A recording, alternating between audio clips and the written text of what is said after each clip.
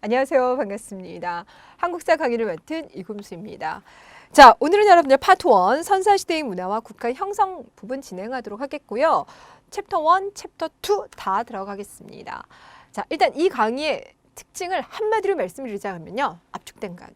군더더기 다 빼고 여러분들 진짜 필요한 것들만 내용 정리를 해드리는 강의가 되겠습니다. 그래서 일단 여러분들 교재를 보고 오시는 게 좀 좋아요. 그래서 제가 교재 흐름 따라가면서 이 부분은 중요하지만 제가 설명을 안 드려요.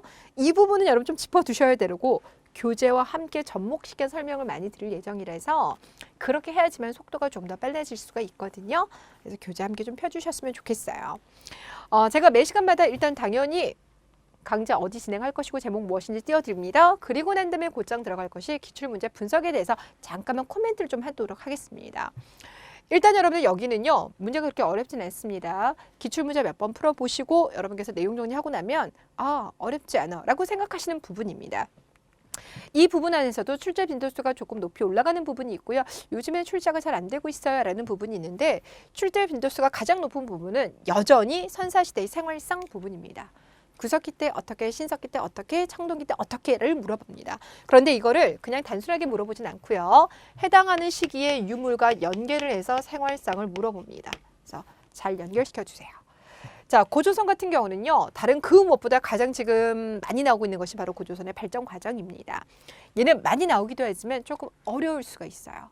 왜냐하면 사건의 주요 순서를 시대 순을 배열을 잘 하셔야지만 전대 스토리 구성이 잘 되거든요. 그래서 이 부분 좀 챙겨주셔야 되고요. 부여 고구려 옥저동의 마한 지난 변한 우리 초기 철기 시대 때 여러 나라들 있죠. 그 여러 나라들은 생활 풍습 부분이 나옵니다. 그런데 이 부분을 그냥 가시면 안 돼요. 이 둘 다 반드시 사료와 연결을 함께 시켜주세요. 사료는 여기서만 중요한 건 아니에요. 모든 한국사 문제 사료는 다 중요합니다. 그래서 제가 내용 정리를 이제 표로도 하고 핵심적인 거 위주로 내용 정리를 해서 내용을 많이 압축하려고 노력했는데 그 와중에도 사료는 웬만하면 다 넣으려고 노력을 했어요. 그만큼 사료 출제 비중이 점점 늘어나고 있다는 거 기억해 주세요. 자, 반면에 유적지와 관련된 부분이라든지 토기 관련된 부분은 거의 출제가 잘 안 되거나 아니면 출제가 된다 하더라도 아주 지엽적인 문제를 잘 안 물어봐요. 그래서 요런 정도만이라고 생각하시는 게 충분히 다 커버가 됩니다. 그래서 여러분들 미리 말씀을 좀 드릴게요. 챕터 1, 그 중에 세 번째 페이지에 보시면 구석기 시대와 신석기 시대 때의 유적지 쭉 나와 있죠. 그거는 다 설명 안 드려요. 그 중에서 특히 더 중요한 것만 제가 말씀을 드리고요. 여러분께서 나중에 공부하실 때 암기는 하셔야 돼요. 아무리 여기가 지엽적인 문제가 많이 줄었다 하더라도 이 정도 암기는 하셔야 됩니다. 자, 그러면 대략 제 강의가 어떻게 진행될 거라는 건 느낌 잡으셨죠? 자, 지금부터 구석기 시대를 시작으로 해서 내용 정리 들어가 보도록 할게요. 여러분 거기 구석기 시대, 신석기 시대 제가 비교표를 만들어줬는데 가장 핵심 파트는 오른쪽에 나와 있는 경제, 사회, 생활 파트입니다. 근데 이거 여러분 다 아시잖아요. 구석기 때 사냥, 채집, 어로 생활을 했고 그러다 보니까 이동하는 거고 이동할 때 무리 지어 다니는 거고 그러면서 그들은 동굴이나 막집에서 거주하였다. 다들 알고 계시죠? 그 부분을 빼고 나머지 이야기를 해보도록 하겠습니다. 일단 우리나라 구석기는요 70만 년 전에 시작이 됐어요. 근데 70만 년 전이라고 뒷받침할 수 있는 유적지가 있기 때문인 건데 거기가 어디냐? 단양 금굴 유적지입니다. 단양 같은 경우는 석회암지대라서요 이 동굴이 되게 많아요. 근데 그 중에서 금굴 같은 경우는 70만 년 설을 증명해주는 가장 오래된 유적지가 되겠습니다. 자, 그리고 이제 구석기 때는 뗀석기를 사용하죠. 뗀석기 종류에는 이런 것들이 있습니다. 암기는 끝나셨죠? 그리고 기본적으로 구석기 때 뗀석기는요. 개 이렇게 이제 많이 끝납니다. 자, 집게와 주먹도끼 이거는 구석기에서도 되게 오래된 거예요. 그래서 전기 구석기 이렇게 얘기를 합니다. 아무래도 그때는 사이즈가 좀 큰 어떤 도구들이 나오게 돼요. 그래서 15cm, 20cm 이렇게 됩니다. 둘 중에 차이라고 하면 집게 같은 경우는 날이 한쪽에만 있어요. 그럼 주먹도끼는 양날이 있습니다. 여러분 생각하시는 두 개 중에서 만들기 어려운 건 그렇죠. 이게 바로 주먹도끼입니다. 자, 그런데 이 주먹도끼가 우리나라에서 언제 발견했냐면 1978년 경기도 연천에서 처음 발견이 됐어요. 그래서 연천 전공리 어렸을 때부터 많이 들어보셨을 텐데 자, 1978년 경기도 연천에서 주먹도끼가 발견된 건 어떤 의미를 가지고 있냐면 만능 도구에 있었던 이 주먹도끼가 그 전까지만 하더라도요. 인도를 기준으로 해서 서쪽에서만 발견이 됐어요. 근데 이제 인도 기준 동쪽에서도 발견이 됐습니다. 그 전까지만 하더라도요. 집게를 쓰고 있는 이 동아시아 쪽과 주먹도기를 사용했던 저 유럽 쪽이 나눠져 있어라고 하는 모비우스 이론이라고 하는 것이 있었어요. 그런데 이것이 발견되면서 그 모비우스 이론은 틀렸다라는 게 증명이 된 겁니다. 이해되셨죠? 자, 요게 하나가 있고요. 밀게, 긁게 이런 것들은 뭐 가죽의 껍질, 그러니까 가죽의 껍질이란다. 동물의 가죽을 벗겨줄 때 쓰는 이런 것들이 되겠고요. 돌날이나 순배찌르게 얘는요. 후기 구석기의 뗀석기가 되겠습니다. 자, 그러면서 점점 크기가 작아지기 시작을 해요. 순배찌르게 같은 경우는 한 10cm 정도가 되는데 얘가 생긴 모습이 이런 식이에요. 이렇게 돼 있습니다. 그러니까 요거 자체를 사용하기가 좀 한계가 있어요. 그래서 어떻게 하느냐? 여기에다가 이음독을 두고요. 끈 같은 걸로 연결하게 됩니다. 요때 이렇게 뽕 하고 튀어나오는 여기가 바로 순배가 되겠습니다. 그래서 순배 찌르개의 규모가 작아지는 만큼 이음 도구와 함께 사용했어야 됐다. 이해되셨어요? 네. 자, 그래서 여기 나와 있는 건 전기, 중기, 후기로 나눠볼 수 있구나. 이렇게 얘기할 수도 있고요. 또 하나가 뭐가 있냐면 요거 제작 수법도 달라요. 그래서 다듬는 수법에 따라서도 나뉘어집니다. 이렇게 얘기합니다. 가령 예를 들어서 집게나 주먹도기 같은 경우는 규모가 크잖아요. 그렇죠? 그리고 얘는 또 아무래도 인간의 기술력이 작아요. 그러다 보니까 얘는 어떤 돌이 있어요. 그럼 돌 안에서도 몸돌 부분이 있죠. 요걸 이용하고요. 요 부분들, 이 조각 부분들은 이제 이용을 안 하는 거예요. 근데 이제 밀게, 긁게, 돌날, 순배찌르개가 되면서부터는 이제 얘네들을 이용하기 시작하는 겁니다. 근데 이 순배찌르개는 더 작아진다 그랬죠. 그러니까 간접대기 방식에서 쐐기 같은 걸 대고 난 다음에 내가 원하는 모양으로 거의 비슷하게 계속 만들어내기 시작해요. 그러니까 몸돌을 이용했느냐, 격지라고 해서 떨어져 나오는 요 부분을 이용했느냐에 따라서도 또 나눠집니다. 자, 이번에는 구석기인들의 그 사회 모습을 할 텐데요. 구석기인들은 뭐 20여 명, 한 40여 명 무리지어 다녀요. 근데 무리 안에는 리더가 있죠. 우리는 그들을 지도자라고 하는데 단 주의하실 거. 지도자가 있기는 하지만 그가 권력을 가진 것은 아니다. 자, 권력을 가진 지도자가 나타난 건 어느 시대냐면 청동기 시대예요. 그래서 아직까지는 지도자가 권력을 가진 건 아니라는 거 기억해 두시고요. 그다음 구석기인들도 예술 작품을 만들었습니다. 그 예술 작품 대단한 건 아니고요. 이게 동물의 뼈라든지 이런 게 보니까 뭔가 새겨냈어요. 근데 새겨놓은 것 중에 막 이런 게 있는 거죠. 뭘 것 같아요? 네, 물고기. 그래서 단양 수행괴와 공주 석장리 보면 동물 조각이 나는데 이런 것들이 그 한 예가 되겠습니다. 청원 두루봉 동굴에서요. 이렇게 보니까요. 이렇게 눈병을 찍어둔 사람 얼굴 새긴 것도 나오고 있습니다. 이런 것들은 구석기인들의 예술 작품에 들어가고요. 마지막으로 구석기인들이 사냥, 채립, 어로 생활을 하면서 어딘가 계속 다니잖아요. 그렇죠? 그러니까 당연히 교류를 했을 거예요. 근데 교류를 했을 거라고 우리가 당연하게 생각은 하지만 뭔가 근거가 있어야 되겠죠? 그 근거로 이야기가 나오는 것이 바로 어디냐면 공주 석장리에서 출토가 된 흑요석재 석기가 되겠습니다. 일단 두 가지를 다 말씀을 드릴게요. 자, 첫 번째는 공주 석장리라고 하는 곳입니다. 이 공주 석장리는 1960년대 중반에 남한에서 발견된 구석기 유적지가 되겠고요. 규모가 되게 커요. 그래서 구석기 유적지라고 해서 꼭 기억해 둘 것 중에 하나가 단양 금골, 경기도 연천 전곡리, 그리고 공주 석장리 부분이 됩니다. 60년대.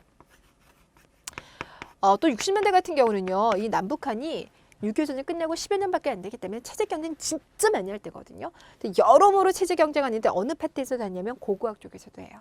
그래서 북한 같은 경우는 1960년대 초반에 자기 함경북도 웅기군 굴포리라는 곳에서 먼저 구석기 유적지가 났어요.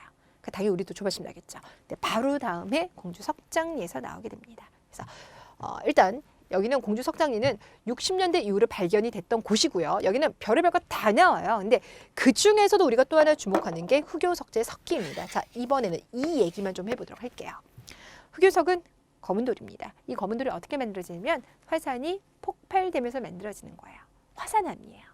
자, 근데 여러분이 다 아시겠지만 우리나라에서 화산정이 그렇게 많지 않아요. 여러분이 알고 있다라고 하면 백두산, 한라산, 울릉도, 독도 뭐 이 정도는 여러분이 알고 계실 것 같습니다. 네, 맞아요. 그래서 공주 석장리에서 나온 흑요석재 석기는 어디서 왔느냐? 백두산에서 온 거예요. 이해되셨어요? 그러니까 교류하였다라고 하는 대표적인 증거가 됩니다라고 얘기할 수 있습니다. 자, 여러분들 교재에 나와 있는 구석기 쭉 따라오셨습니까? 네, 그럼 이번에는요.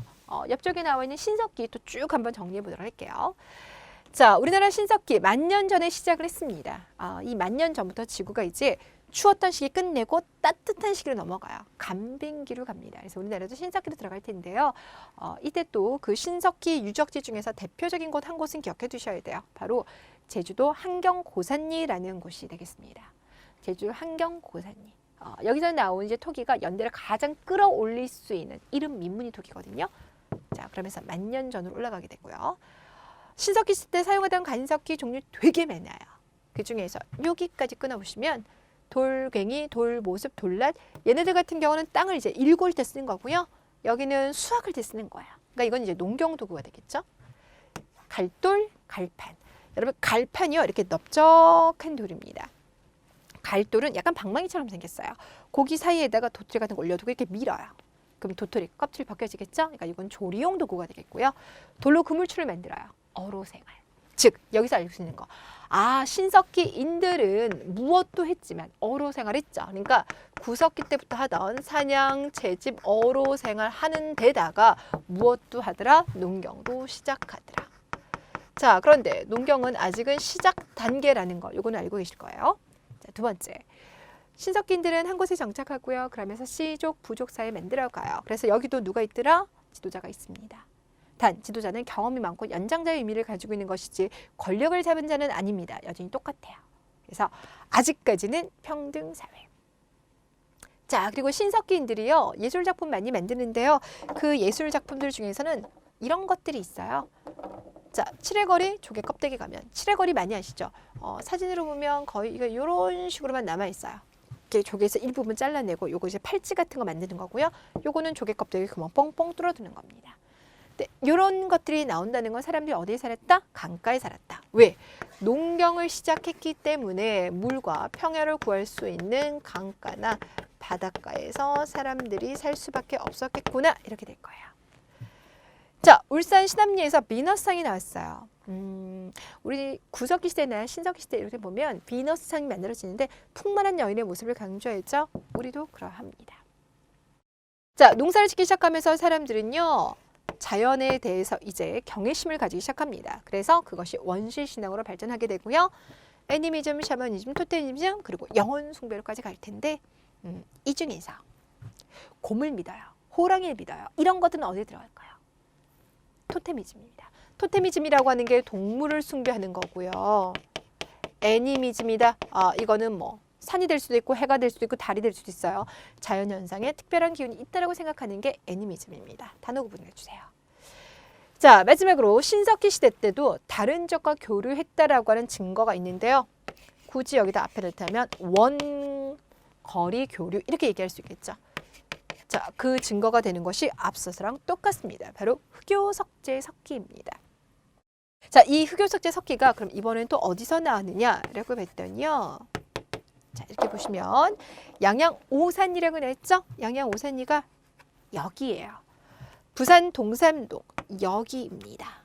그럼 다시 한번 정리해 보자면 신석기인들이 농경을 시작하면서 강가나 바닷가 산다고 했고 강가나 바닷가니까 동해안, 남해안 나오겠죠? 그리고 앞서서 제주도 한경고산이니까 제주도 나오겠죠?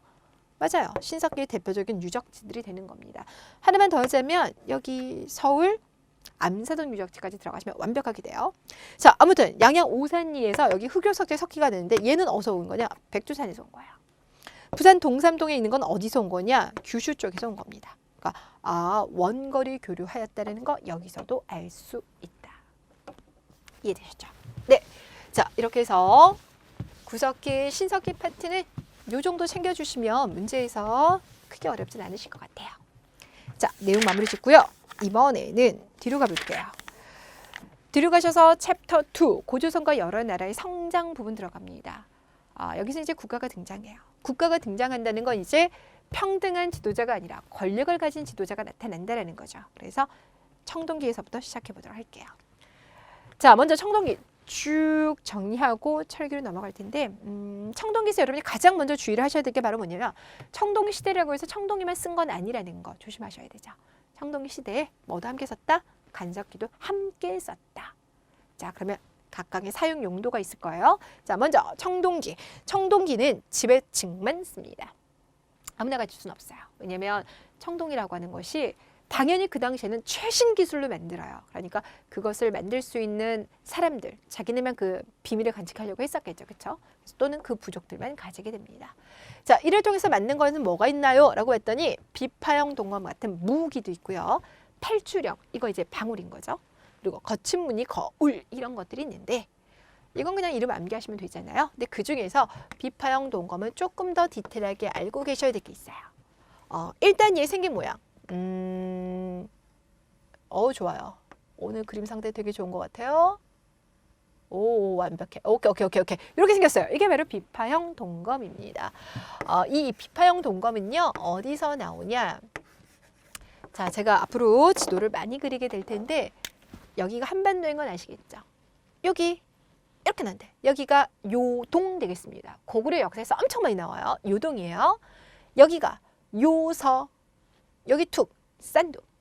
요동, 요서, 싼동. 그리고 여기는 만주가 되겠습니다. 그럼 비파형 동검은 어디서 나왔냐? 일단 비파형 동검은요, 여기 만주 쪽에서 나와요.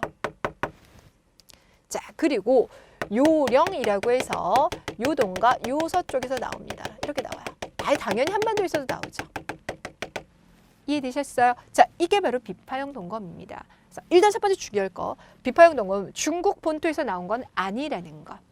이건 무슨 의미를 가지고 있냐면 우리 청동기가 중국에서 들어온 건 아니라는 거예요. 우리 청동기는 저쪽 북방 쪽에서 들어온 거지 중국 본토에서 유입된 거 아닙니다. 미리 말하지만 철기 같은 경우는 중국을 통해서 들어온 거예요. 중국 본토에서 들어왔어요. 그래서 어디로부터 들어왔느냐 요거 하나 주의해 주시고요. 그러다 보니까 중국에서 발견되어진 청동검과 이 지역에서 발견된 청동검은 스타일이 달라요. 가장 대표적인 게 뭐냐면 여러분 이걸로요 칼 쓸 수 있을까요? 없어요. 칼이 이 몸통 부분만 있고 뭐가 없어요. 이 손잡이 부분은 없잖아요. 그렇죠? 그래서 우리는 손잡이를 따로 해서 이거 끼워줘야 됩니다. 그래서 연결을 해줘야 되는데 중국은 그냥 일자로 만들어져 있어요. 되셨어요? 그래서 교재 보시면 제가 조금 디테일하게 풀어냈습니다. 자, 그러면서 뭐라고 해냈냐면 챕터 2 청동기 파트에서 위에서 한 6, 7번째 줄 비파형 동검 요령식 동검이라고 한다. 요령식, 이 요령적에서 나왔으니까. 별명인 거예요. 만주와 한반도에 걸쳐 발견이 되고요. 중국과 달리 칼 몸체와 손잡이를 따로 제작합니다. 라는 거 디테일하게 써놨잖아요. 한국사 문제는 디테일이 있어야 돼요. 그래서 이거 기억해 주세요. 자, 그렇다면 간석기는 어디에 씁니까? 일상생활에 썼습니다. 농기구를 사용하게 되고요. 대표적인 건 반달돌칼이 있더라. 구분할 수 있겠죠. 자, 두 번째 갈게요. 청동기 시대가 되면서 이제 농업도 더 기술이 발전할 텐데 그러면서 드디어 무엇을 재배한다? 벼를 재배합니다. 여러분 벼는요. 신석기 시대 때 재배하지 못했습니다. 그때는 조, 수수 이런 것만 재배했고요. 청동기 시대가 되면서 벼를 재배하기 시작했어요. 되셨어요? 자, 그러면 그 벼 재배의 증거가 되는 타나미가 어디서 나왔냐? 이거 암기하실 때 어떻게 하세요? 지금도 경기도 여주 하면요. 대표적인 쌀 생산지입니다. 여주 이천쌀 되게 유명하잖아요. 예, 그렇게 기억 하나 해주세요. 그리고 또 하나, 부여 송곡리. 부여가 백제시대만 나오지 않아요. 청동기 시대도 나오는데 부여 송곡리가 우리 남한의 가장 최대의 청동의 유적지가 되겠습니다. 여기서 이것저것 되게 많이 나거든요. 그 중에 하나가 타나비도 나와요. 단 주의할 거, 이런 벼 재배가 만약에 전국에서 시행됐다. 그럼 이건 아니에요. 남부 일부 지방이라든지 저습지에서만 시행된 거지 아직은 전국에 시행될 정도는 아닙니다. 역사는 한 번에 발전하지 못하기 때문에 여기가 시작이라는 것도 함께 챙겨두세요. 자, 그리고 이제 청동기시대 정말 중요한 변화인 거죠. 계급이 발생한다. 청동기시대 때의 통치자를 군장 또는 족장이라고 얘기를 합니다. 그렇죠? 그럼 여러분 이제 기억하실 건 그 군장이 어떤 존재였으며 어떤 힘을 가지고 있는지 그걸 세트로 같이 기억을 해주셔야 돼요. 자, 일단 군장은 나는 특별한 사람이야 라는 생각을 갖죠. 그래서 하늘로부터 선택을 받았다라는 선민사상을 가지고 있는 것, 요게 하나가 있고요. 자, 군장들 같은 경우는요. 한 명의 통치자가 칼을 휘둘러서 전쟁을 이끌어가는 게 있고요. 또 하나, 방울을 흔들어요. 그래서 뭐 하는 겁니까? 인간과 하늘 세상을 연결시켜주는 거예요. 제사를 지내요. 그래서 우리는 그 시대를 재정일치 사회라고 얘기하는 거죠. 되셨어요? 자, 그리고 이제 군장이 죽게 되면 다른 사람과 다르게 거대한 무덤을 만들어줍니다. 이게 바로 고인돌과 돌널 무덤이 돼요. 뭐 고인돌을 많이 아실 것 같고요. 돌널 무덤은요. 그냥 널 무덤 하면 나무를 이용해서 무덤을 만드는 거예요. 근데 돌널이니까 돌을 나무처럼 판을 다 밑에 깔아두는 겁니다. 이것도 무게 상당해요. 되셨나요? 자, 그런데 고인돌 워낙 우리나라가 고인돌이 많아요. 그러다 보니까 우리는 세계 유네스코에 지정한 세계 문화유산에 고인돌이 들어갈 정도입니다. 그래서 어디에 있나요? 라고 살펴봤더니 일단 강화도 쪽에도 되게 많이 있고요. 전북 고창. 고창의 복분자라든지 장어 되게 유명하죠. 근데 고인돌도 되게 유명해요. 그리고 전남 화순 지역이 유명합니다. 단 형태가 좀 달라요. 강화도 쪽 같은 경우는요. 이런 식의 고인돌이에요. 여러분 일반적으로 가장 많이 하는 거죠. 생긴 건 뭐처럼 생겼어요? 테이블. 그래서 얘를 탁자식 고인돌 이렇게 불러줍니다. 그래서 이렇게 지금 다리를 올리고 난 다음에 덮개돌을 두는 이런 형태가 됩니다. 반면에 고창이나 화순 쪽에 가시면은요. 이렇게 보시면 이런 식으로 해서 올려두는데 요 사이가 그냥 기둥과 살짝 이렇게 파여지기도 합니다. 시선을 여기 두는 거예요. 점점 다리가 짧아졌죠. 그래서 얘를 뭐냐면 바둑판식 고인돌 이렇게 불러주고요. 다른 말로는 얘는 더 위쪽에 있어서 북방식, 얘는 남방식 이렇게 불러줍니다. 되셨나요? 네. 자, 그리고 마지막으로 움집의 변화도 하나 짚어줄게요. 신석기들은 정착 생활하면서 움집 짓고 살았습니다. 근데 그 움집이 신석기 때만 있었던 건 아니고 청동기, 초기칠기, 하물며 조선시대도 있긴 있어요. 단 형태가 달라져요. 자, 신석기 시대의 움집이라고 하면요. 일단 움을 깊게 팝니다. 움이라고 하는 게 이렇게 판 거. 깊이 판 걸 말해요. 그래서 1m 정도까지 파게 되고요. 그러다 보니까 집은 반지하 형태를 띠고 있다라고 얘기를 합니다. 위에서 보게 되면 움집의 터는 원형 형태가 되고요. 가운데 이렇게 불이 있어요. 되셨죠? 그리고 그 집은 강가나 바닷가에 있습니다. 반면에 청동기 시대가 되면서 움집이 지상가옥화되더라.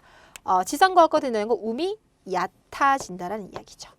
되셨어요? 그래서 주춧돌 같은 걸 이용하게 되고요. 그래서 집을 이렇게 올리게 됩니다. 하늘에서 보시게 되면 집터는요. 즉 사각형이죠. 형태를 이렇게 띠게 되는 거예요. 자, 불이 예전에는 가운데 쪽에 있었죠. 근데 화덕자리가 이제는 구석으로 가거나 아예 나중에는 바깥으로 나가기도 합니다. 그리고 집이 어디냐? 구릉지에 위치하게 되는데 구릉이라면 살짝 언덕을 말해요. 자, 그러니 구석기들 같은 경우는 사냥 생활하다 보니까 이제 동굴 쪽에 살게 돼요. 그래서 1번 위치.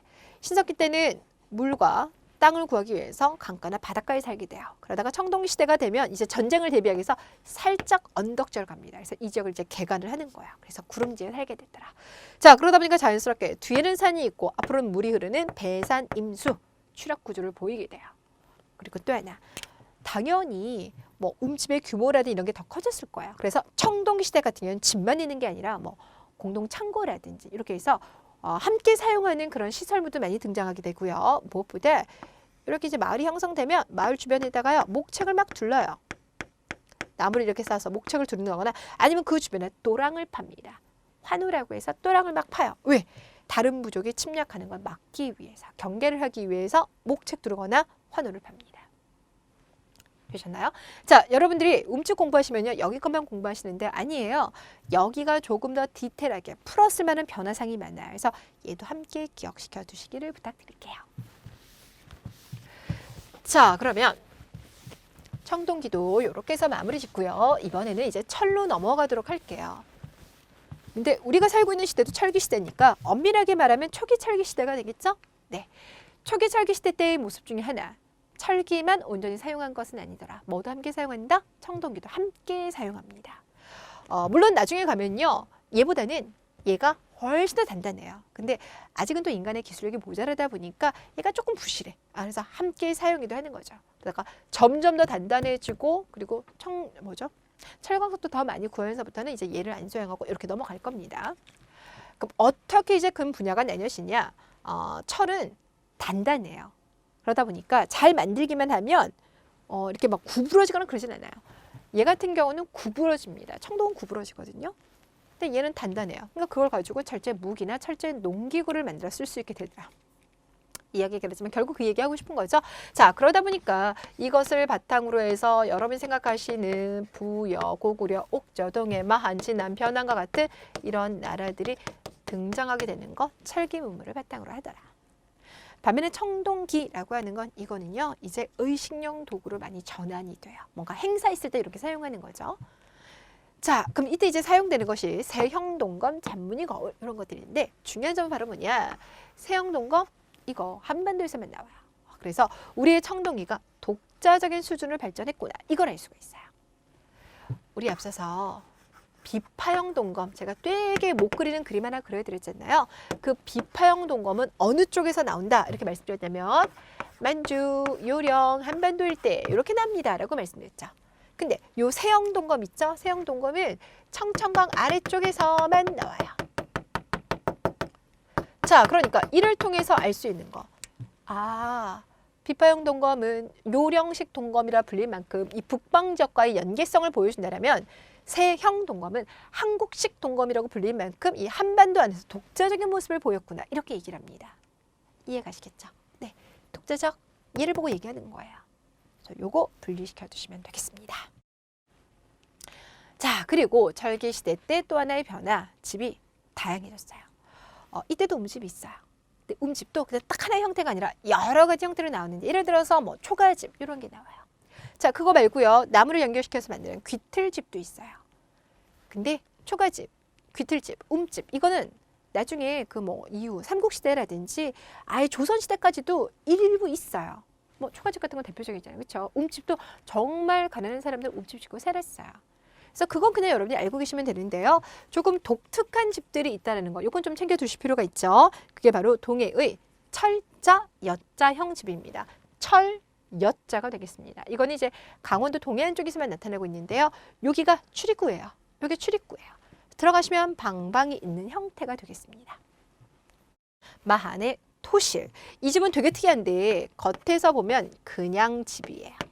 집인데 이 집은 지하로 공간이 따로 만들어져 있습니다. 그래서 들어가시면 밑으로 이렇게 만들어져 있어요. 근데 여기서 끝내지 않고요. 이게 더 밑으로 내려갈 수도 있어요. 아니면 또 옆으로 이렇게 갈 수도 있어요. 뭐 이런 식으로 연결돼 있어요. 약간 개미집 같죠?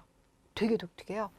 겉으로는 그냥 집인데 밑으로 가시면 개미집처럼 있는 거. 이게 바로 마한의 토실입니다. 됐죠? 네. 그리고 이제 초기 철기 시대 때 정말 마지막인데요. 바로 뭐냐? 중국과의 교류입니다. 다시 한번 말씀드리지만 우리나라 청동기는 어디서 왔다고요? 쪽이 북방에서 왔어요. 근데 우리나라 철은 어디서 들어왔냐? 중국에서 들어왔어요. 왜냐하면 중국이 여러분이 아는 나라 중에서 찐시황제 아마 진나라가 있을 것 같아요. 근데 그 찐시황제의 진나라 전에 있었던 시기, 한 500여 년 있었던 시기가 바로 뭐냐면 춘추 전국시대라는 시대가 있어요. 이 시대는 절대 강제 없이 내가 짱 먹을 거야 하면서 막 갈등 빚으면 서로 힘겨루게 했던 바로 그 시대입니다. 그래서 공자가 자기 사상을 꼽히고 낸 다음에 이 나라도 찾아가고 저 나라도 찾아가서 막 그 이상을 실현시키려고 하잖아요. 그게 바로 춘추 전국이에요. 500여 년 이상 혼란스러웠다가 찐시황제에서 통일됐고 그리고 15년 만에 망해요. 그리고 난 다음에 등장하는 게 중국의 한나라 뭐 이런 순서예요. 어이됐거나 중국이 이제 춘추 전국 시대 때 막 전쟁 많이 일어나다 보니까 중국이 이때 철을 씁니다. 이해가시겠어요? 그리고 그 철이 이렇게 해서 우리 쪽으로 들어오는 거예요. 그래서 우리의 철은 중국으로부터 들어왔으니까 초기 철기 시대부터 우리는 중국과 교류했구나 이렇게 얘기할 수가 있어요. 그게 철도 들어가지만 뭐도 들어갈 거냐면 이런 것들도 그 증거가 되겠습니다. 앞에 세 개 나오는 면도전, 반양전, 오수전, 얜 돈이에요.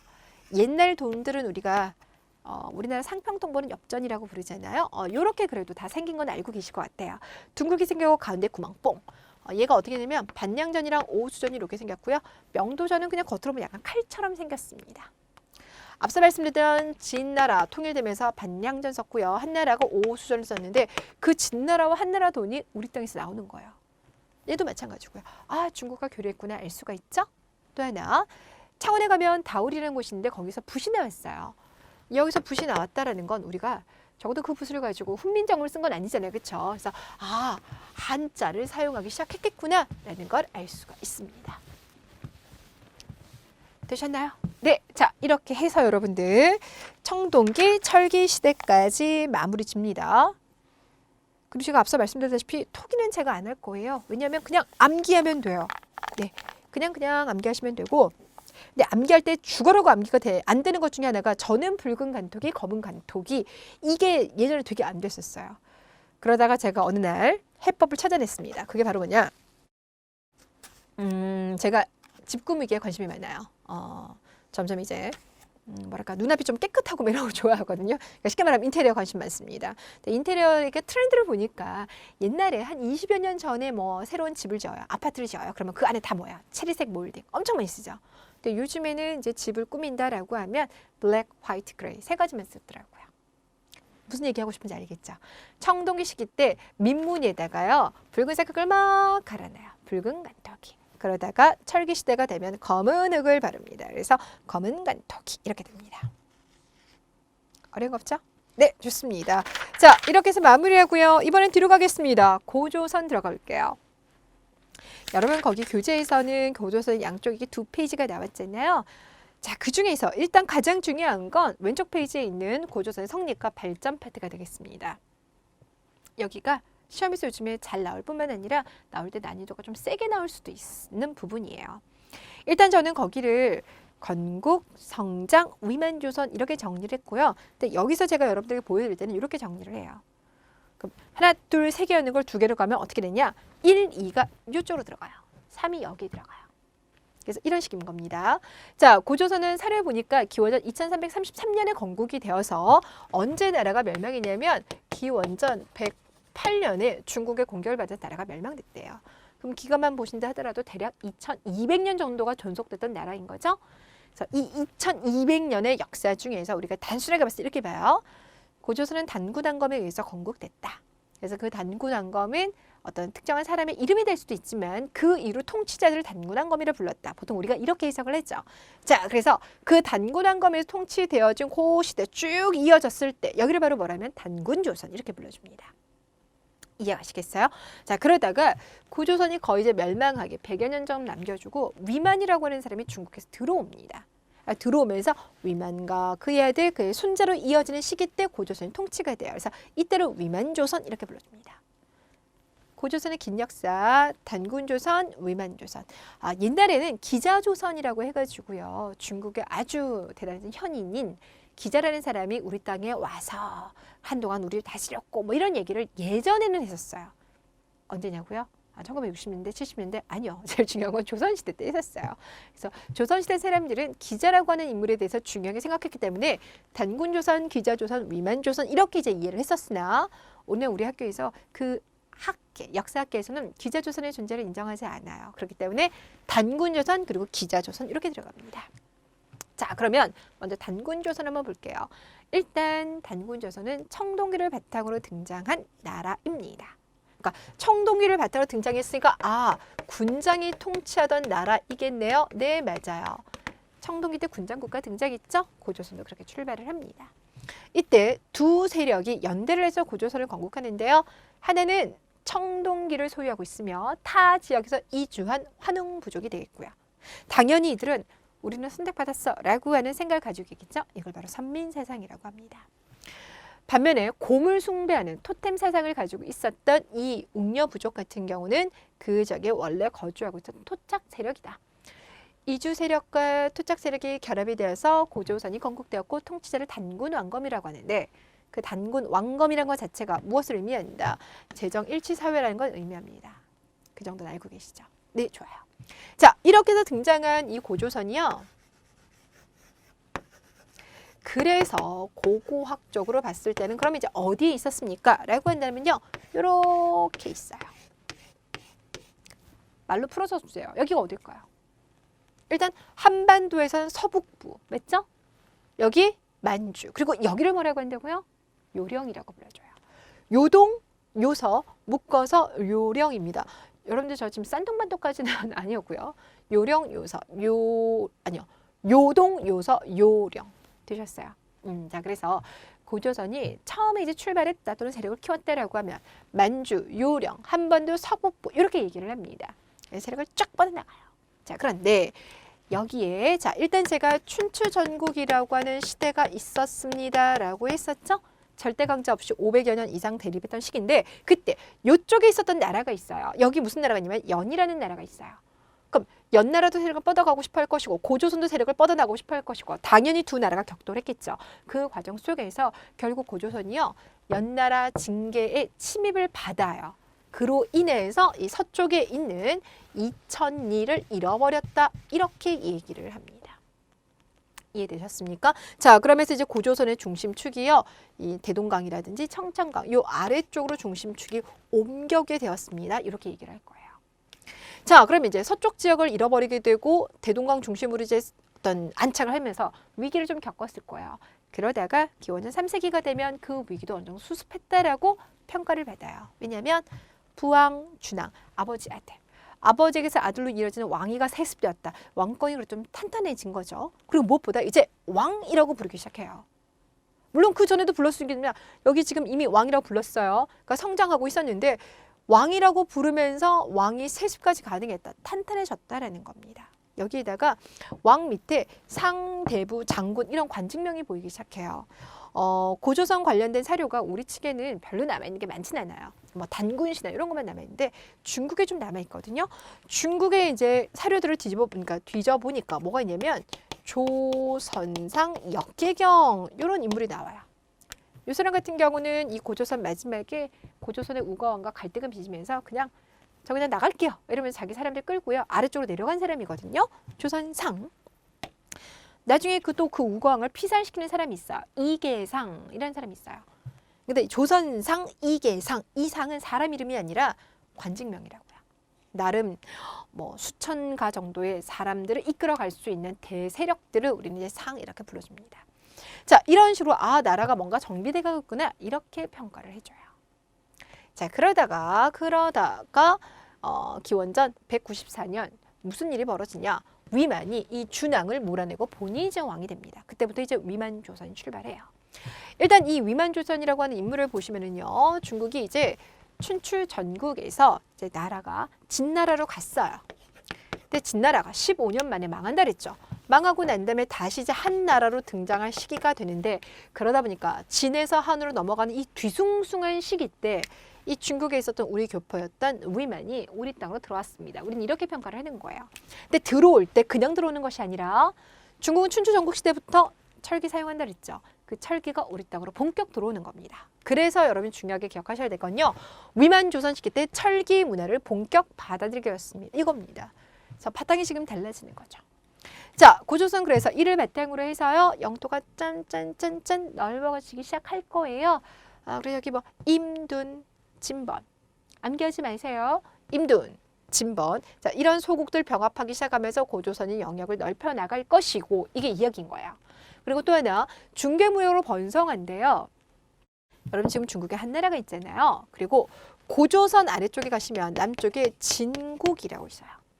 참고로 준왕이 폐위됐잖아요. 이분 이때 죽은 거 아니에요. 준왕이 내려갑니다. 진국으로 내려가기도 해요. 그러니까 고조선 말고 진국이랑 세력이 있었는데 원래 이들이 이렇게 교육을 했는데 고조선 세력이 커져가다 보니까 고조선이 뭐라고 하냐면 직접 교육하지 마. 우리 고조선을 끼고 해. 이렇게 합니다. 바로 이게 중개무역이에요. 이해되셨어요? 자, 철기를 바탕으로 위만조선이 이렇게 성장해 나가기 시작을 합니다. 그러자 당연히 누가 심기 불편하냐? 한나라입니다. 한나라 같은 경우는 고조선 세려가는 게 무엇보다 뭐 때문에 불편했냐면 중국은 이 본토 쪽도 있지만 유목민족 쪽이 있어요. 그래서 혹시 그 유목민족과 고조선이 결탁을 해서 이 위쪽에 있었던 유목민족이 흉노예요. 그들과 고조선이 결탁해서 그러니까 한나라를 압박할까 봐 두려웠습니다. 그래서 결국 그들이 어떤 생각을 했냐면 일단 첫 번째는요. 여기에 위만 조선과 그러니까 뭐랄까 대척점에 섰었던 남녀라고 하는 세력가가 있었어요. 그가 자기 세력들을 이끌고 한나라에 투항을 해버립니다. 그래서 한나라에서 한동안요. 그를 요령적에 두고 난 다음에 고조선을 견계하는 데 써먹기도 했었어요. 그때 나오는 것이 창해군을 설치했다는 게 있습니다. 단 이 창해군은 2년 만에 폐지는 시킵니다. 그러다 다시 시간이 흘러서는요. 한나라 때 여기 무제가 나오는데 이 한나라 무제가 한나라 왕 중에서 우리로 말하면 뭐 태종 이방원 정도? 네. 그래서 한나라에서 대단히 이제 야심가로서 영토를 많이 확장시켰던데 그 한나라 무제가 다시 고조선을 압박해 와요. 처음 1년은 잘 버텼어요. 근데 결국 내분이 벌어지게 돼서 조선상 역계경 이런 사람은 아예 그냥 진구로 내려간다 그랬죠? 그리고 이계상 3 같은 경우는 우거왕을 죽입니다. 결국 고조선의 마지막 도읍지였던 왕검성이 함락이 됐고요. 함락이 된 것이 나라가 이제 끝났다는 거잖아요. 이게 언제냐? 기원전 108년이 되겠습니다. 그리고 고조선 자리에 한나라는 4개의 군현을 설치해요. 옛날엔 이걸 한사군 이렇게 불러주는데 요즘엔 그냥 한나라가 4개의 군현을 설치했다 이렇게 얘기합니다. 그 4개의 군현이 바로 뭐냐? 여기 대동강 쪽에 낙랑, 압록강 쪽에 현도, 임둔, 진번 이렇게 되어 있습니다. 임둔, 진번. 제가 앞서 암기하지 말라 그랬죠. 또 나왔죠. 이거는 지역명이다. 소국의 명이에요. 임둔, 진번. 그냥 이거 알고만 계시면 되겠고 낙랑, 현도, 임둔, 진번. 자, 이렇게 4개의 군현을 설치하였더라. 자, 그리고 원래 고조선에는 법이 8개가 있었는데 한나라의 통치를 받기 시작한 통치라고 표현을 잘못 아니에요. 통치 말고 한나라의 간섭, 영향력을 받는 기간 동안에는 법률이 62개 조항으로 늘어났더라. 이렇게 얘기를 합니다. 자, 순서 문제가 나오면은요. 1번, 2번, 3번, 4번, 5번, 6번, 7번 나올 거 많잖아요. 그래서 정확하게 기억을 하셔야 됩니다. 되셨나요? 네. 자, 고조선은 일단 가장 중요한 파트가 이 부분인데요. 교재도 정확하게 제가 다 적어놨으니 여러분 읽어보시면 될 것 같고요. 마지막 2가지는 간단해요. 일단 고조선을 대표하는 표지 유물에는 뭐가 있습니까? 라는 겁니다. 이건 그냥 암기하시면 돼요. 자, 일단 미송리식 토기가 있어요. 이 미송리식 토기는 일반적인 민무늬 토기랑 거의 다 똑같아요. 청동기랑 철기시대는 민무늬 토기 쓰거든요. 그래서 민무늬라는 게 무늬 없어서 얘도 무늬 없는 거 똑같아요. 단 이렇게 손잡이가 달려져 있는 게 조금 특징입니다. 자, 북방식 고인돌이라고 하면요. 이렇게 생겼습니다. 대답해 주세요. 이거 탁자식 고인돌이라고 불러줍니까? 바둑판식 고인돌이라고 불러줍니까? 하늘을 봐도 그냥 탁자, 테이블인 거죠. 그래서 북방식 고인돌, 탁자식 고인돌. 한반도에서도요. 남쪽 아니에요. 북부 쪽에서 많이 나타납니다. 고조선 표지 유물. 비파용동은 뭔지 아시죠? 자, 그래서 요 3가지가 고조선의 세력 범위를 유추할 수 있는 표지 유물로서 이런 곳에서 출토되고 있다. 이렇게 얘기할 겁니다. 자, 2번째 관련 사료. 고조선 관련된 사료하면 딱 2가지가 핵심인 거예요. 첫 번째, 단군신화. 어디 있습니까? 그리고 2번째, 고조선 하면 8개의 법조항이 있죠. 이걸 예전에는 8조법, 요즘에는 범금 8조 또는 8조 법금. 다 똑같은 말입니다. 자, 요건 또 어디 있느냐를 볼 텐데요. 일단 얘부터 먼저 암기해 주세요. 삼국유사, 제왕운기, 응제시주, 세종실록 지리지, 동국여지 승남. 그냥 암기하셔야 돼요. 이 5건은 암기를 해주시는 게 왜 좋냐? 단군 신화가 있는 책은 이 5건이 전부라서 그래요. 다른 데 없어요. 정말 5건만 암기하시면 됩니다. 자, 삼국유사 요거 고려시대 때 나왔죠. 고려 충렬왕 시기 때 이련이 서술했던 책이 되겠고요. 제왕운기는 충렬왕 시기 때 이승유가 집필한 책이 되겠습니다. 응제시주, 세종실록 지리지, 동국여지 승남. 이거 조선 초에 나온 거예요. 이해되셨어요? 조선의 15세기 그리고 이게 나중에 중종시기 때 신증, 동국여지 승남이라고 해서 개편 작업이 이루어지거든요. 그까지 본다 하더라도 어찌됐거나 15세기에서 16세기 중반까지 이건 조선 전기 때 나온 겁니다. 5건만 암기하세요. 범금 8조. 이거는 우리나라 책에 있는 것이 아니라 중국에 가면 한서가 있고요. 그 안에 지리서 파트가 있거든요. 바로 그 지리지 파트 안에 들어가 있는 내용이 되겠습니다. 자, 이렇게 하면 여러분들 고조선 관련된 내용도 끝냈습니다. 그리고 제가 단군한 거 관련돼서 단군신화 따로 분석 안 해드렸고요. 범금 8조 같은 게도 따로 분석 안 해드렸지만 여러분 이건 워낙 많이 하시기 때문에 제가 안 해드려도 되는 거지요. 중요하지 않아서가 아니라 다 아시기 때문에 제가 이건 좀 뺐습니다. 자, 그럼 뒤로 가셔서 이번에는 여러 나라의 성장 파트 들어가도록 할게요. 자, 여기 교재 순서 그대로 가겠습니다. 가로 1, 가로 2, 가로 3 이렇게 들어갈게요.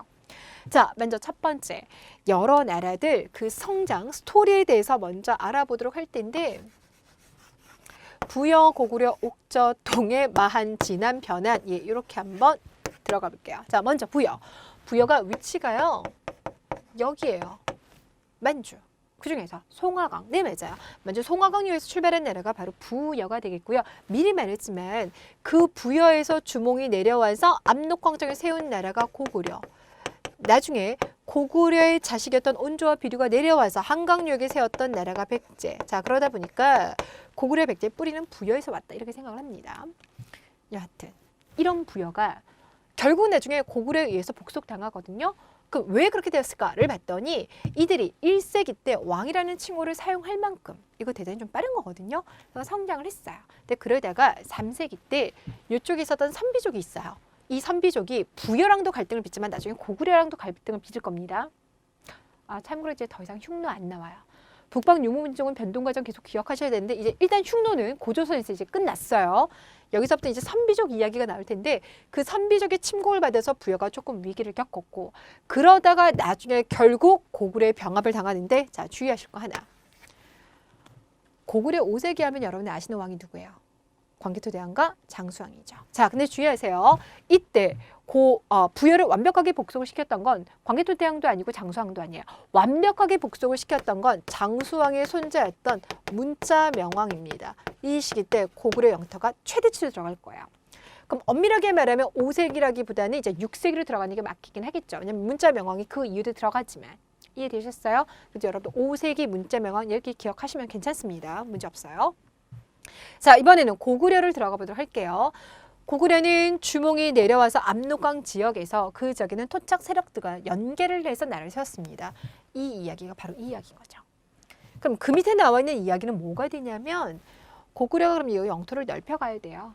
여기는 워낙 좀 척박한 지역이다 보니까 먹고 사는 것보다 부족합니다. 어쩔 수 없이 영토를 넓혀가야 되는데 그 과정 속에서 부여와 격돌을 할 수밖에 없어요. 그리고 또 하나는 앞서 여기 원래 고조선이 있었잖아요. 고조선 무너뜨리고 난 다음에 한이 4개의 군현을 설치했다 했어요. 그 중에 하나가 여기 대동강 쪽에 있었던 낭랑이 있었고 또 하나가 현도가 있었어요. 당연히 고구려가 영토를 확장하는 과정 속에서 현도를 무찔러야 되겠죠. 그렇죠? 맞아요. 그 얘기예요. 그래서 한 군현과의 대결이 바로 그 얘기입니다. 자, 이번에 옥저와 동해. 옥저와 동해는 위치를 보시면 여기가 옥저예요. 여기 함흥평화가 있어요. 그리고 동해가 그 아래쪽으로 강원도 쪽으로 내려오시면 되겠습니다. 여기가 되겠는데 여기는 일찍이 고구려의 복속을 당할 겁니다. 왜냐하면 고구려 입장에서 어차피 동서남북 다 압박 들어가야 되는데 여기는 소국이지만 해산물도 풍부하고요. 그리고 소금도 많이 있어요. 그러다 보니까 일찍이 그들에게 병합당한다. 자, 사만으로 가겠습니다. 사만은요. 나라가 하나는 아니에요. 여기 적어둔 백제는 결국은 이 한강 일대를 장악하면서 그래도 여기서는 이제 최강대국으로 성장하지만 여기서 우리가 말할 때의 백제라고 하면 아주 작은 소국이에요. 그래서 경기도라든지 전라도라든지 충청도 요 일대만 하더라도 소국이 54개가 있습니다. 그걸 마한이라고 하죠. 자, 그다음에 낙동강 일대로 가시면 진안 12개, 여기 가야 땅 쪽으로 가시면 변안 12개. 그래서 54개, 12개 대략 80여 개가 되겠죠. 그 80여 개의 소국을 묶어서 삼안이라고 얘기할 거고요.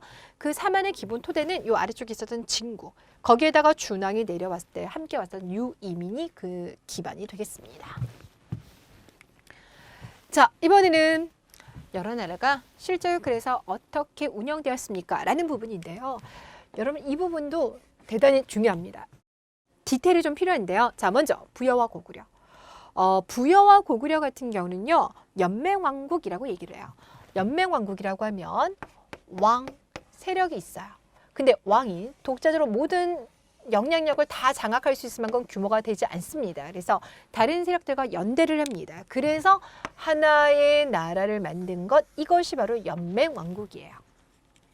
부여 같은 경우는 5개의 부족이 이제 연대를 했는데 왕을 배출하는 부족 말고도 4개의 부족이 더 있어요. 그리고 그 4개의 부족의 짱들을 마가, 우가, 저가, 구가라고 불러줍니다. 여러분들 여기 지금 부족장들이잖아요. 이 부족장들은 나라에 따라서 그러니까 여기 이제 부여라든지 고구려 같은 경우는 가라고 불러줍니다. 반면에 신라 같은 경우는 요거를 간이라고 불러줘요. 명칭만 다를 뿐인 거지 이들은 부족장들이 되겠습니다. 자, 아무튼 그들이 이제 연대를 했는데 아무래도 아직까지는 왕권은 상당히 제한될 수밖에 없어요. 그러니까 중앙지역을 중심으로 다스립니다. 그래서 우리는 항상 뭐라고 하냐면 왕권은 아직은 강하지 못했다, 미약합니다. 그 상징적인 것들이 어떻게 했냐면 예를 들어서 농사가 제대로 되지 않았어요. 곡식이 제대로 연결되지 않았다라고 하면 그 책임을 왕에게 묻습니다. 왕을 교체하거나 때로는 죽이기도 합니다. 그러다 보니까 왕권이 미약한 대신에 마가, 우가, 저가, 구가와 같은 부족장들의 세력들이 아직은 대단히 강성하다라고 얘기할 수 있고 강성하다는 이야기는 무슨 말이냐면 이들이 나름 독자적인 세력을 유지하고 있다라고도 얘기할 수가 있는 거예요. 그 증거가 그들은 여전히 왕권의 간섭을 받지 않는 본인의 통치 영역이 있고 그들은 독자적인 군대를 가지고 있으며 그들은 해당 지역에 세금을 거둘 수가 있어요. 행정권을 행사할 수가 있다는 겁니다. 그리고 마지막으로 독자적인 관리를 보유하고 있어요. 그래서 마가우가 저가구가 밑에 그들은 각각 관리를 가지고 있는데 그 관리를 여기서는 뭐라고 하냐면 대사자, 사자 이렇게 불러줍니다. 이해되셨죠? 네.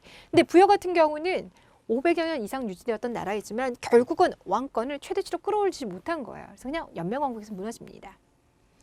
고구려 갈게요. 자, 여기서 말하는 고구려는 초기 고구려의 모습이 되겠습니다. 고구려도 출발은 5개의 부족이 연대해서 세운 거예요. 그래서 주몽 같은 경우는 계루부 출신 되겠습니다. 그거 말고 소노부, 순노부, 관노부, 전노부라고 해서 5개의 부족이 연대를 하게 되고요. 그러면 그 중에서도 일단 계루부 쪽에서 나중에 이제 왕을 계속 배출하게 될 거예요. 그거 말고 이 가가 뭐라고요? 요 가입니다. 되셨어요? 근데 그 가 중에서 여러 가들이 있는데 특히 어떤 가가 있냐면 상가다, 고추가다. 요거는 이제 그 족장 세력들 중에서도 규모가 되게 센 세력들이 되겠습니다. 그러니까 그런 세력들과 연대를 해서 나라를 다스리게 되겠고 마찬가지로 그들도 독자적인 세력을 가지고 있다. 되셨어요? 독자적인 땅이 있고 독자적인 군대 가지고 독자적으로 세금을 거둘 수 있으며 이들은 독자적인 관리를 이끌고 있는데 이걸 바로 뭐라고 하냐면 사자조의 선인 이렇게 불러줘요. 그러니까 대사자, 사자는 이들이 이끌고 있는 독자적인 관리예요. 사자조의 선인은 이들이 이끌고 있는 독자적인 관리입니다. 이해되시겠어요? 같은 것은 같게 다른 것은 다르게 이해를 하셔야 돼요. 자, 그런데 제가 이렇게 설명드릴 때 뭔가 하나 빠진 것 같죠? 네, 맞아요. 뭐가 지금 빠졌냐면 부여 같은 경우는 마가, 우가, 저가, 구가가 다스리고 있는 그 지역을 불러주는 별도의 명칭이 있습니다. 여기를 바로 뭐라고 하냐면 사출도라고 불러줘요. 사출도하면 이걸 묶어서 사출도라고 이야기합니다. 자, 옥저와 동해 갈게요. 옥저 동해는 이들은 왕을 뽑지 못합니다. 그래서 읍군 삼노라고 불려주는 군장의 통치를 받았다. 그러다 보니까 결국 고구려 나중에 복속을 받게 됩니다. 이렇게 이야기될 거고요. 사만은 마한, 진안, 변안 54개, 12개 묶어서 대략 80여 개의 소국이었죠. 근데 그 80여 개의 소국 중에서 여기 마한에 가면 목지국이라고 하는 나라가 있어요. 그 목지국의 대표가 마한왕 또는 진왕이라고 해서 전체를 대표했다. 이렇게 얘기를 해요. 근데 이거보다 이제 더 중요한 게 뭐냐면 하나, 둘, 셋, 넷, 따라라라라라라 대략 80여 개의 소국이 있죠. 근데 그 80여 개의 소국 중에 하나만 따로 한번 볼게요. 하나만 봤을 때 어떤 모습이 보이냐? 군장이 그 작은 소국을 다스려요. 그 군장을 신지, 견지, 읍차, 부래라고 합니다. 명칭 다른 건 구분해 주세요. 그러니까 여기 지금 군장을 보시면 여기는 마가, 우가, 저가, 구가, 여기는 상가, 고추가, 여기는 읍군, 삼노, 여기는 신지, 견지, 읍차, 부래. 군장, 족장 또는 부족장을 불러주는 명칭이 대단히 다양합니다. 자, 근데 아무튼 이제 그건 그런데 여기서 요 조그만 소국을 뱉더니 군장도 있지만 뭐도 있더라? 천군도 있더라. 이 천군은 뭘 담당하는 사람? 제사를 담당하는 사람이에요. 그러니까 쉽게 말하면 여기는 정치 지배자, 여기는 종교 지배자. 일종의 무당이라고 생각하시면 돼요. 별도로 있더라. 이게 중요한 거죠. 그래서 우리는 사만은 일찍이 무엇으로 넘어갔다? 재정분리로 넘어갔다라고 이야기를 합니다. 이해되셨을까요? 자, 이때 천군이 다스리는 지역을 뭐라고 하고 소도라고 하고 소도는 별도의 표시를 해둡니다. 그래서 이렇게 해가지고요. 나무 위에다가 오리 같은 걸 깎아서 만들어 올립니다. 이걸 바로 소대라고 합니다.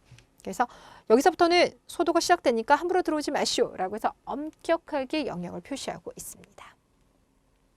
되셨죠? 네.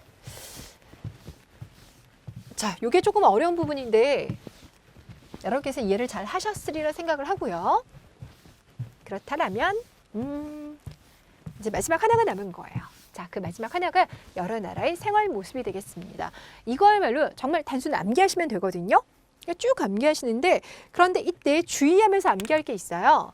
자, 먼저 부여에서 반농 반목이 나와요. 반농 반목. 부여는 만주 송화강 쪽에 있으니까 추워요. 그래서 농사만으로 살아갈 수가 없습니다. 목축업이 발달합니다. 우리 역사상 위쪽에 있는 나라가 몇 개 있어요. 부여도 있고요. 나중에 발해도 있죠. 이런 나라들 목축업 다 발달합니다. 말 같은 거 대표적인 특산물, 수출물이 됩니다. 부여 사람들은 순장했고요. 흰옷 즐겨 입었고요. 이거 알고 계시죠? 여기도 알고 계실 것 같아요. 자, 부여는 나라에 중요한 일이 있을 때 소 발급을 통해서 점을 칩니다. 누군가의 물건을 훔쳤어요. 12배를 받게 합니다. 형이 죽었어요. 그러면 형수는 시동생과 결혼을 합니다. 이런 형태가 있어요. 자, 그런데 이게 부여에만 있는 것이 아니라 어디에서도 나타낸다? 고구려에서도 나타낸다 입니다. 이게 공통점이에요. 한때 여러분들 이게 이제 문제가 2017년도가 문제가 된 적이 있죠. 고구려에서도 우제 전법입니까? 아니면 그냥 점치는 겁니까? 라고 논란이 돼서 막 재판까지 갔는데 옛날 교과서에서 그렇게 서술하기도 했고 중국의 역사에서도 그렇게 남아있기도 했으니까 이렇게 보는 것이 대체적으로 맞겠다라는 쪽으로 판결이 나왔어요. 그래서 그냥 논란이 학자들 사이에는 있긴 하지만 고구려에서도 부여와 더불어서 우제 전법을 했다라는 게 공무원 수험사에서는 이제 그렇게 들어가는 걸로. 단 논란이 됐기 때문에 추가 문제가 나올 것 같지는 않습니다. 자, 고구려만의 모습이라면 부경이 각 집마다 있다는 거. 부경은 약탈을 이제 고구려 사람들이 많이 할 수밖에 없어요. 워낙 척박하다 보니까. 그리고 난 다음에 그걸 담아두는 그러니까 창고래요. 그래서 약탈 경제를 상징한다. 이렇게 얘기를 하죠. 자, 옥저 같은 경우는 어물, 소금 풍부하다. 그리고 민며느리제.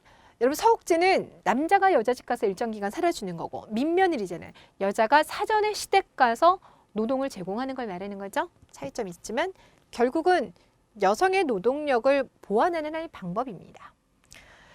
자, 동해를 보니까 뭔가 생산하고 되게 많이 나오는데요. 여러분들 명주와 삼배, 명주 비단한 종류인 거죠. 삼배, 여러분 삼배 저는 저희 할머니가 한 6, 7년 전에 돌아가셨는데 할머니가 살아생전에 삼배로요 이불도 만들고 옷도 만들고 막 그러니까 워낙 많이 봤어요.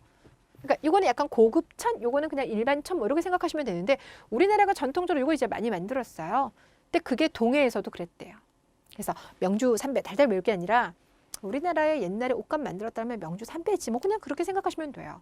문익점이 목화를 들여와서 본격하기 전에 무명이 나오기 전까지는 명주 삼배, 명주 삼배 항상 이렇게 가는 겁니다. 단궁, 과마, 반어피 이렇게 나왔는데요. 과하마 여기 좀 어렵나요? 이건 마른 말인데 키 작은 말이에요. 그래서 과일나무 밑을 지나갈 수가 있고요. 바다 표범의 가죽입니다. 그래서 동해는 나라는 작았지만 다양한 물자가 생산이 됐겠구나. 그러니 고구려가 탐을 냈겠구나. 이렇게 생각하시면 되겠고요. 체커와 조개은 이건 맨날 나오는 이야기인 거죠. 동해 같은 경우는 그 안에서도 부족 간의 경계선을 엄격하게 지키는 것으로 아주 유명합니다. 자, 그러다 보니까 평상시대 남의 경계선을 넘어갔을 시에 소와 말로 배상하죠. 책화. 반면에 결혼을 할 시에는 그들 안에서 결혼하는 것이 아니라 다른 부족에서 여인을 데리고 오는 형태입니다. 조개혼이라고 합니다. 되셨죠?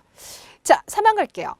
사만은 아래쪽에 있다 보니까 벼농사가 발달했더라. 그래서 다른 지역 같은 경우는 제천 행사를 1년에 한 번 해요.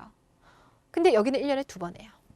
그리고 또 하나, 여기는 그럼 2번 하다 보니까 씨 뿌리고 난 다음에 한 번, 수확하고 한 번, 5월에 한 번 하는 거 특징이고요. 자, 두 번째가 철이 많은데 특히 철이 많은 나라가 변안이죠. 근데 이 변안에서 어떤 나라가 나중에 발전할 거냐면 가야가 발전하다 보니까 철 풍부하면 변안 풍부, 가야 풍부 이렇게 기억해 두시고요. 이 철을요, 그냥 그들이 사용만 하면 안 돼요. 내수 경제도 활발하게 시켜야 되겠지만 수출도 많이 해야 되는 거 아니겠습니까? 그래서 변안 지역의 이 철 같은 경우는요. 요기, 낭낭, 그리고 일본으로까지 수출합니다. 그래서 나중에 가야 하면 무역업이 발달했다. 그러니까 중개무역이 발달했다라든지 뭐 이런 이야기까지 나오게 될 겁니다. 자, 그리고 제가 사료는 따로 안 짚어드렸어요. 근데 제가 아까 그 말씀 드렸나요?